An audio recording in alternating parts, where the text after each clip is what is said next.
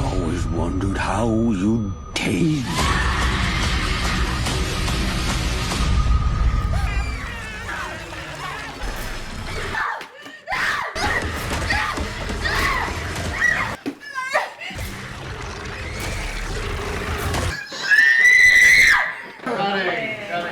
Well done. Action.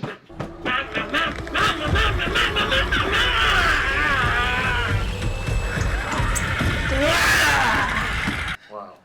And action. Hello.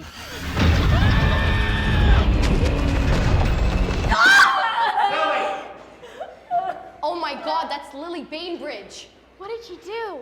No, Marge, stop! Let go! Let go! Stop!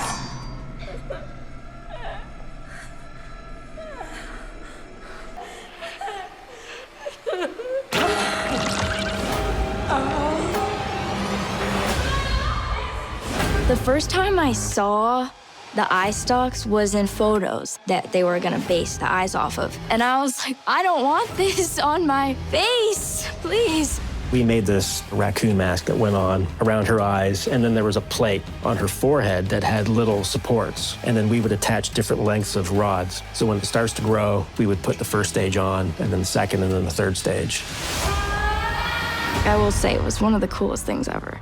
Leroy is the poster child of what a man was in the 60s. He is a man that lives to take care of his family. He's strong, forthright, brave, serving in the military and the Air Force. This man is a man of morality, someone who believes that whatever is wrong in the world can only be fixed by what's right in the world. Above all else, he just wants what's best for his family and always leads with that. This thing is amazing. You think your old man doesn't know his own kid? Last present got me was a tie. Will and Leroy definitely aren't the same people. He wants him to be this big, tough military guy. When Will, he just likes science books and he just wants to play with his telescope. So he leans towards his mom a little bit more because she's more accepting of who Will is. Charlotte feels like she's put on the earth to help people, and she's sticking to it, and she's sticking by her husband. She's gonna make the most of where she's been put. I did a montage of exploring Derry. You can feel when something horrific has happened, and you feel that in Derry. There's this patina of like, no, everything's great. Will is terrified of the image of his dad on fire. It uses this to season his fear. For that sequence, we built a robotic fish that could swim, and we had to keep it on a line so it didn't disappear down the river, but we could have it swim in a circle around their feet through the rocks. You see an arm come out of the water and grab him and pull him in. So we just have a burnt arm, like a glove, slip-on glove, because I had to be on a stunt double that was underwater that could reach up and grab Will. That scene, I'm telling you right now, was probably the coldest I've ever been in my life. I wasn't even really focused on the burnt arm that was at my display. Like, it was just so cold. And I had to act like I wasn't shivering in it. They pulled me under. Wait, what? With you. You got it, Max. You're not making any sense. It's the joke. Hold down! Leroy wants to believe the things that Will is explaining to him are happening, but it's outlandish. Leroy, he's a military man. He knows about the horrors of war, but even if I can't see what he's seeing, I can see the fear in my son's eyes, and that's enough, I think, to get any parent's attention. Dick is warped into a reality that is beyond his capabilities currently. And he can feel when he touches it that Derry is bigger than what he thought. That's when we get into the cistern, and if we're talking about the cistern, that set is rock and roll. The cistern in this show, we recreated the door that it came through and the pile of toys in the old wagon. And then the rest was kind of in black limbo with water on the floor. It was quite an elaborate system of sewers and depths of water that went in that all needed to be slightly dark with particulate floating, and we needed to have control of the temperature at all times and control of the pH levels. I'm not sure you could have turned the camera in a way that those sewers didn't look amazing.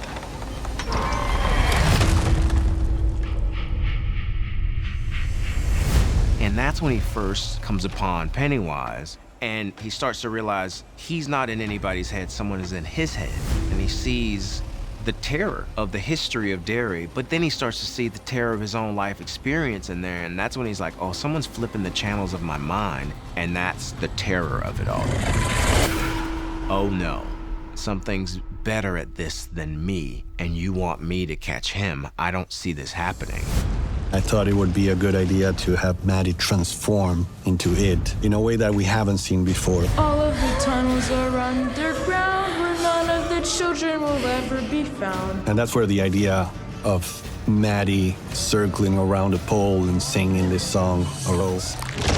Suddenly, on the back of his head, there's something growing. We realize that that hole is a mouth full of teeth. The creature on his back starts taking over, and we realize that that creature is none other than Pennywise. The clown! Duck and cover, kiddos.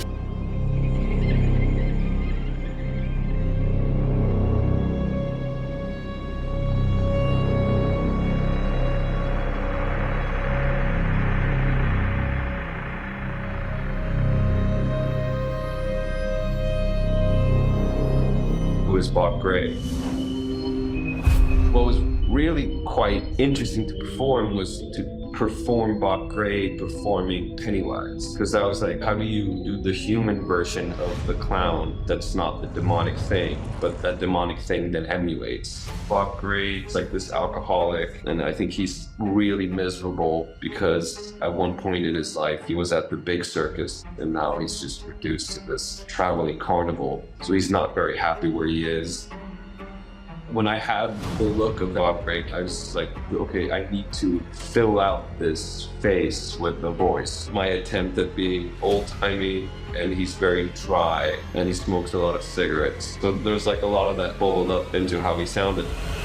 The first father and daughter act in its history. The Pennywise and Periwinkle Show. I can smell his stinky little broken boy body. Can't you? Shut up. Shut up. I can't hear you. I know who this is. You're not gonna scare me. Speak up, Willie boy. You interact. I can't hear you. I'm done being scared. I can't hear you. Cut.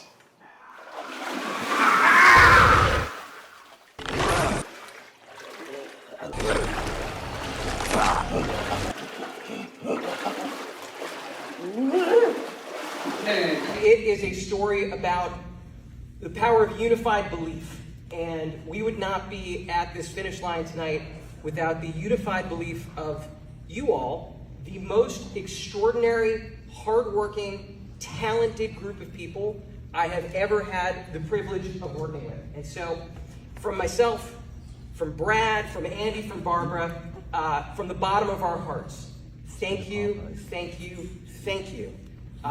And with that, that is a wrap on this season of Welcome to Derry.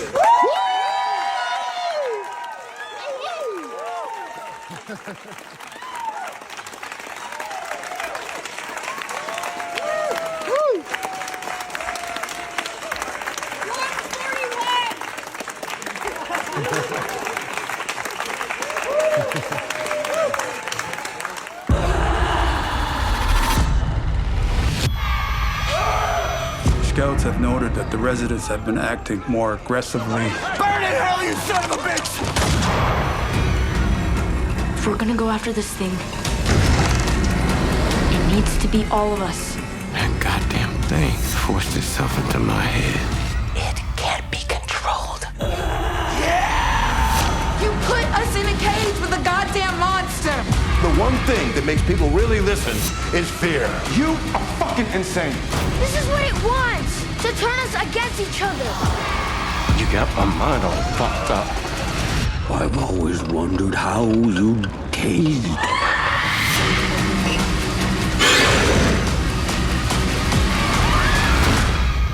Take my hand.